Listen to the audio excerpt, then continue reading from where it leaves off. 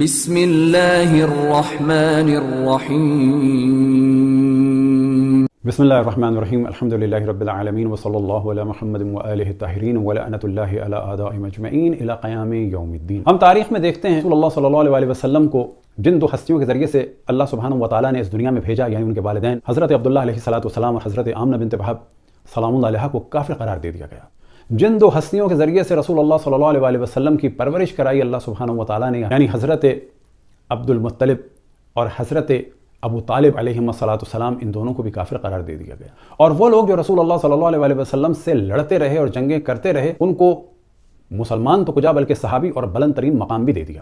پس رسول اللہ صلی اللہ علیہ وسلم کے محافظ کو کافر بنا دیا اور رسول اللہ صلی اللہ علیہ وسلم پہ حملہ کرنے والوں کو اسلام کا محافظ بنا دیا۔ یہ سارا کھیل بعض جھوٹے راوی اور صحابی کر رہے تھے۔ بعض صحابی بلا شک جو رسول اللہ صلی اللہ علیہ وسلم کے والدین کو کافر کہے، وہ چاہے کوئی بھی ہو، چاہے راوی ہو سمپل یا کوئی اس زمانے کا صحابی ہو، وہ قطعاً جھوٹا تھا۔ آج یہ کام کر رہے ہیں بعض صحافی، اور ہم یہ دیکھتے ہیں کہ کل مولا امیر المؤمنین کے القاب کو دوسروں کو دیا جا رہا تھا، ان کے فضائل کو چھپایا جا رہا تھا، کرار غیر فرار کو بدنام کیا جا رہا تھا اور فراریوں کو کرار بنایا جا رہا تھا۔ آج آنن یہی کام ہو رہا ہے کہ ترکی کے صدر کو میڈیا پر مجاہد بنایا جا رہا ہے۔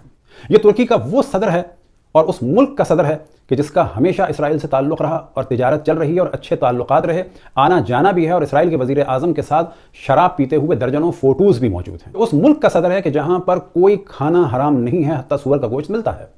یہ اس ملک کا صدر ہے کہ جہاں پر ہر طرح کی فلمیں الاؤ ہیں، بنانا بھی اور بیچنا، حتیٰ جن میں جنسیات دکھائی گئی ہوں۔ اس ملک کا صدر ہے کہ جہاں پر ہر طرح کا جنسی گناہ الاؤ ہے اور ایک ہی جنس کے افراد کی شادیاں بھی الاؤ ہیں، اور ان کی پریڈ بھی ہوتی ہے کہ جو عالم اسلام میں شاید ہی کہیں ہوتی ہو اتنی بڑی پریڈ، کہ جتنی بڑی ان کی پریڈ ترکی میں ہوتی ہے۔ یہ وہی اردوغان ہے کہ جس نے عراق اور شام کو برباد کرنے کے لیے اپنے ملک کو پیش کیا IS کو، اور دنیا جانتی ہے کہ IS کو بنانے والے کون تھے۔ ہم یہ دیکھتے ہیں کہ اپنا ملک پیش کر رہا تھا IS کے لیے اردوغان، اور IS کے زخمیوں کا علاج ہو رہا تھا اسرائیل میں۔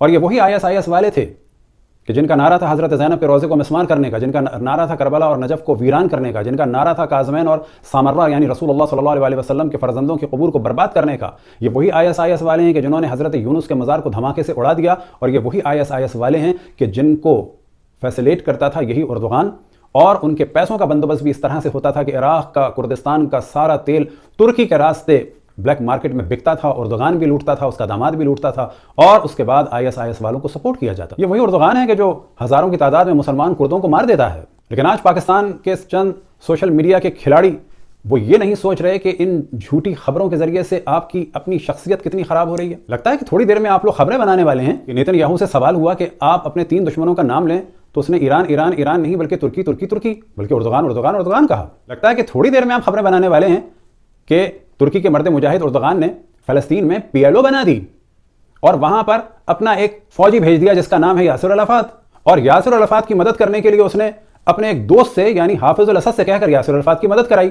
تھوڑی دیر میں آپ خبریں بنائیں گے کہ آیت اللہ موسیٰ صدر کو بھی مرد مجاہد اردوغان نے لبنان میں عمل ملیشیا بنا کے دے دی، اور یہ عمل ملیشیا فلائنگس سے لڑ رہی ہے فلسطینی مسلمان مجاہدوں کے لیے۔ ممکن ہے تھوڑی دیر میں آپ خبر بنا دیں کہ مرد مجاہد اردوغان کے اصرار پر ترکی کے مفتی اعظم آیت اللہ العظمہ سید روح اللہ موسوی الخمینی نے یوم القدس کا اعلان کر دیا، یا یہ کہ آپ خبر بنا دیں کہ اس وقت کے بڑے عالم دین جن کا تعلق ترکی سے ہے، آیت اللہ العظمہ خامنائی، وہ اس وقت اسرائیل کی مخالفت کر رہے ہیں اور ڈٹ کے کھڑے ہوئے ہیں۔ یہ بھی آپ خبر بنا سکتے ہیں کہ مرد مجاہد اردوغان نے حزب اللہ بنا دی اور اپنے ایک چچا زاد بھائی حسن نصر اللہ کو اس کا سربراہ بنا دیا۔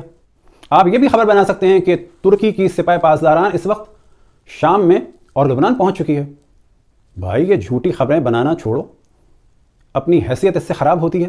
ہم جانتے ہیں کہ یہ خبریں آپ صرف اس وجہ سے بنا رہے ہیں کہ کہیں عالم اسلام میں علی اور اولاد علی کا اثر نہ ہو جائے۔ آپ کو پریشانی یہ ہے کہ کہیں لوگوں کے دل اہل بیت کے لیے نرم نہ ہو جائیں۔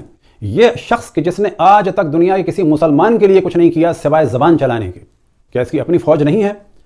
کیا اس کی اپنی فوج شام میں جا کر بشار الاسد کو تنگ کر سکتی ہے؟ کون سا بشار الاسد کہ جس نے اس کے IS والوں کو مارا؟ کون سا بشار الاسد کہ جو فلسطین کا طرفدار ہے؟ کون سا بشار الاسد کہ جو اسرائیل کے خلاف ہے؟ تو آپ نے یہ سوال نہیں کیا کہ اس کی فوج جب بشار الاسد کے ملک کو ڈسٹرب کر سکتی ہے تو وہ فلسطین بھی چلی جائے؟ یہاں سے پتہ چلتا ہے کہ کل تھے جھوٹے راوی اور بعض وہ جھوٹے افراد کے خداوند تبارک و تعالیٰ کی لعنت ہو کہ جنہوں نے رسول اللہ کے والدین کو کافر بنا دیا، رسول اللہ کے محافظ اور پالنے والے چچا اور دادا کو کافر بنا دیا، اور رسول اللہ سے جنگ کرنے والوں اور حملے کرنے والوں کو اور رسول اللہ کے چچا کے کلیجہ چبانے والوں کو اسلام کا محافظ بنا دیا۔ ایناً آج یہی کام ہو رہا ہے۔ ہر گناہ جس کی کسٹڈی میں ہو رہا ہے، ہر گناہ جس کی چھتری میں ہو رہا ہے، اس کو مرد مجاہد بنایا جا رہا ہے۔ دعا ہے کہ خداوند تبارک و تعالیٰ اس دفعہ خالد مشعل و اسماعیل ہانیہ کو اتنی توفیق عطا فرمائے کہ اپنے ساتھیوں اور اپنے مددگاروں، چاہے وہ ایران کے ہوں، چاہے شام کے ہوں، چاہے لبنان کے ہوں، ان کو چھوڑ کر دشمن کے کیمپ میں نہ جائیں اور حل جزاء الاحسان الا الاحسان کے مطابق عمل کریں۔ دعا ہے کہ خداوند تبارک و تعالیٰ تمام دنیا کے مظلوموں کی حفاظت فرمائے، خصوصاً فلسطین کے مظلوم عوام کی۔ وصلی اللہ علی محمد و آلہ الطاہرین۔